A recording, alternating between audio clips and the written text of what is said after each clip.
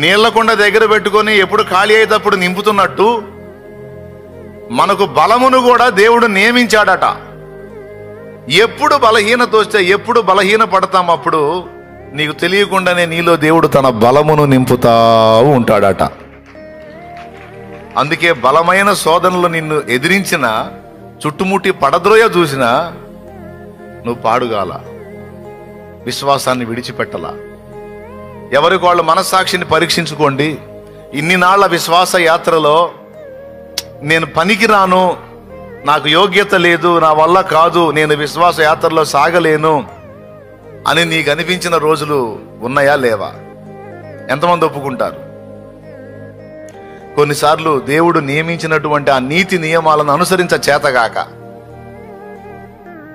దేవుడు నియమించినటువంటి కట్టడలలో బ్రతకటం చేతగాక, దేవా నేనేమో నీ బిడ్డగా పిలువబడుతున్నాను, కానీ అందుకు తగిన జీవితాన్ని నేను కలిగి లేను, క్షమాపణ వేడుకుంటూ మళ్ళా నిన్ను గాయపరుస్తానే ఉన్నాను, తొట్టుపడతానే ఉన్నాను, యోగ్యమైన రీతిలో నీ ముందు నేను లేను, తగను ప్రభువా, నేను నీకు తగను అని ఎన్నోసార్లు నువ్వు ఏడ్చుకున్న అనుభవాలు ఉన్నాయి. దేవుని ముందు సిగ్గుపడి తలదించుకున్న అనుభవాలు ఉన్నాయి. ఆ దెబ్బలో నువ్వు లోకంలో కలిసిపోవాల్సింది లెక్క ప్రకారం. కానీ నువ్వు నీకు అలా జరగలేదు. ఆశ్చర్యం, నువ్వు అలా ఏడ్చావు, ఏదో తెలియని సమాధానం నీ హృదయంలోకి వచ్చేసింది. ఏదో తెలియని సమాధానం నీ హృదయంలోకి వచ్చింది. మళ్ళా నీలోనే నీకు ఒక మాట వినపడుతుంది, ఈ మారు తొట్టుపడితే అలానే నేను దేవునికి దూరం అయ్యేదా? కాదు, మరలా ప్రయత్నిస్తాను, ఇంకొక మారు ప్రయత్నించాలి, అంతేగాని దేవుణ్ణి వదిలిపెట్టి నేనెట్ట బతుకుతాను? దేవునికి ఇష్టం లేని పనులు నేను ఎలా చేసి మనుగడ సాగిస్తాను? లేదు, నేను మళ్ళా పూనుకోవాలని నీకు తెలియకుండానే మళ్ళా నిన్ను నువ్వు రెక్టిఫై చేసుకున్నానని నువ్వు అనుకున్నావు. కానీ కాదు. సీమోనో, సాతాను మిమ్మును పట్టి గోధుమలను జల్లించినట్టు జల్లించుటకు కోరుకొనెను. లూకా సువార్త 22వ అధ్యాయములో, నీ నమ్మిక తప్పిపోకుండానట్లు నేను నీ కొరకు వేడుకుంటుని, నీ మనసు తిరిగిన తరువాత నీ సహోదరుల మనసు స్థిరపరచు. బా, ఏం మాట తెలుసా అది? ఈ రాత్రి నీకు ఒక శోధన కలగబోతుంది. ఆ శోధనలో నువ్వు డిస్టర్బ్ అవుతావు. ఖచ్చితంగా ఇక నీ అయోగ్యతను ప్రదర్శించి నువ్వు శోధింపబడి విశ్వాసం విషయంలో కూడా ప్రశ్నార్థకమయ్యే రాత్రి నీకు. అయితే భయపడకు, నీ నమ్మిక తప్పిపోకుండానట్లు ఆ విషయమై నీకు బలము కలగాలని నేను నీకోసం తండ్రిని రిక్వెస్ట్ చేశాను. ఎప్పుడైతే నువ్వు బలహీన పడతావు, అప్పుడే నీకు బలం సమీపమైద్ది, నీకు బలం వస్తుంది. ఖచ్చితంగా నువ్వు తిప్పుకుంటావు. నువ్వు తిప్పుకున్నప్పుడు తేడాపడ్డ మిగిలిన వాళ్ళని కూడా తిరిగి లైన్లోకి తీసుకొని రా సీమోను అని చెప్పాడు. ఆ మాటను ఆలోచించినప్పుడు నిజంగా ఒక సీమోనికైనా మనందరికీ కూడానా అంటే మనందరి కోసం కూడా యేసయ్య వేడుకుంటానే ఉన్నాడు అక్కడ. మన జీవితంలో ఎన్నో బలహీనమైన ఘడియలు, కొన్నిసార్లు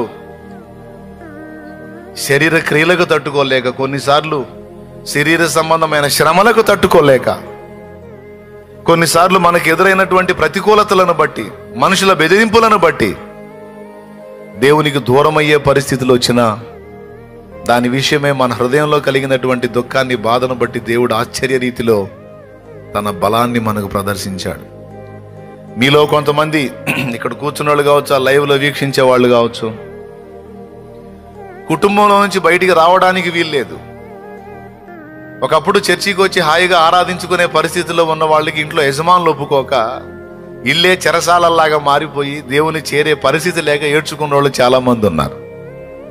వాస్తవంగా దేవుని సహవాసానికి దూరం అయితే వాళ్ళు లోకంలో కలిసిపోవు. సన్నిధి లేదు, ప్రభు బల్ల లేదు, వాక్యం లేదు, పరిశుద్ధుల సహవాసం లేదు, వాళ్ళని ఎంకరేజ్ చేసేవాళ్ళు లేరు. ఇవన్నీ లేనప్పుడు ఎంత బలమైన విశ్వాసి సైతం లోకంలో బలహీనపడే ఛాన్స్ ఉంటుంది. కానీ చెరసాలలాగా ఇంట్లో బందీలైపోయినా, వాళ్ళ కుటుంబంలో ఎవరు రక్షింపబడకపోయినా, వాళ్ళ కుటుంబంలో ఎవరు విశ్వాసులు లేకపోయినా, ఈమె దేవుణ్ణి హత్తుకొని ఇంకా విశ్వాసంలో నిలిచి ఉందంటే తన పరిస్థితిని బట్టి దేవుడు ఆమె ఉన్న దగ్గరే ఆమెకు బలమును నియమించాడు.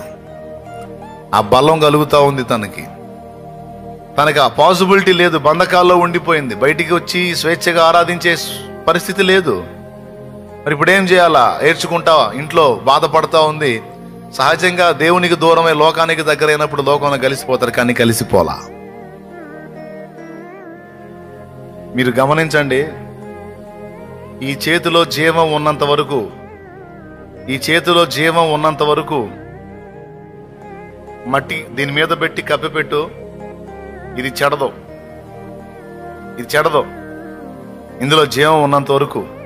ఇందులో జీవం పోయిందనుకో, నువ్వు మట్టిలో కప్పి పెట్టకపోయినా సరే ఇది చెడిపోయిద్దా లేదా? చెడిపోయిద్దా లేదా? దీనిలో జీవం ఉన్నప్పుడు మట్టి కింద కప్పి పెట్టిన ఈ చేతిని ఖరాబు కాల. అదే ఇందులో జీవం పోతే మట్టి కింద కప్పి పెట్టకపోయినా ఇది ఖరాబ్ అయింది. అందులో మట్టిలో పెట్టామనుకో, కొద్ది రోజులకు మట్టిలో మట్టిగా కలిసిపోయింది. అదే జీవం ఉంటే కలవని. దేవునికి దూరమై కూడా నువ్వు లోకంలో లోకస్తురాలుగా లోకస్తుడు కలిసిపోకుండా నువ్వు నిలిచి ఉన్నావంటే నీకు అక్కడ దేవుని బలం కలుగుతుంది, అక్కడ జీవం ప్రసాదించబడుతుంది. నీకు దేవునికి స్తోత్రం కలుగును గాక. నువ్వు ఉన్న దగ్గరే నీకు దేవుడు జీవాన్ని ఇవ్వడానికి మొదలు పెట్టాడు. ఎందుకంటే బంధకాల్లో బందీ అయిపోయావు కాబట్టి. నీకు అవకాశం ఉండి కూర్చొని మాయ మాటలు మాట్లాడటల్లా నీవు బందీ అయిపోయావు, రావడానికి ఛాన్స్ లేదు. కానీ నీ విశ్వాసం నిలిచే ఉంది, నీ భక్తి నిలిచే ఉంది, నీ ఆత్మీయత నిలిచే ఉంది. ఎలా? దేవుడు నీకు అక్కడే తన బలాన్ని ఎప్పటికప్పుడు ప్రసాదిస్తా ఉన్నాడు.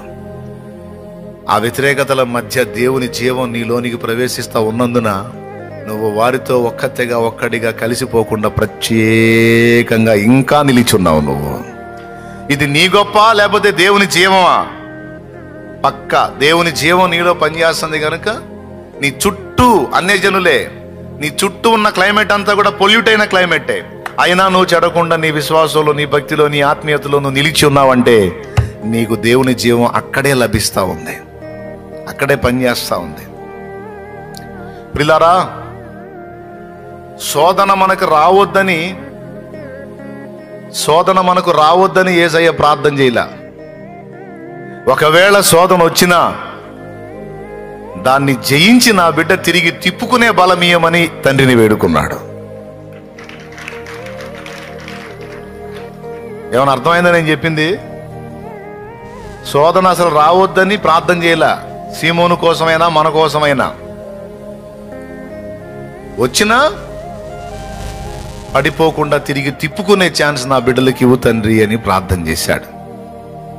ఈరోజు మనందరం ఎన్నో ఆటుపోట్ల మధ్య ఇంకా విశ్వాస యాత్రలో సాగుతున్నామంటే దానికి దేవుని జీవం, దేవుని బలమే కారణం తప్ప మన గొప్పతనం ఏమీ లేదు.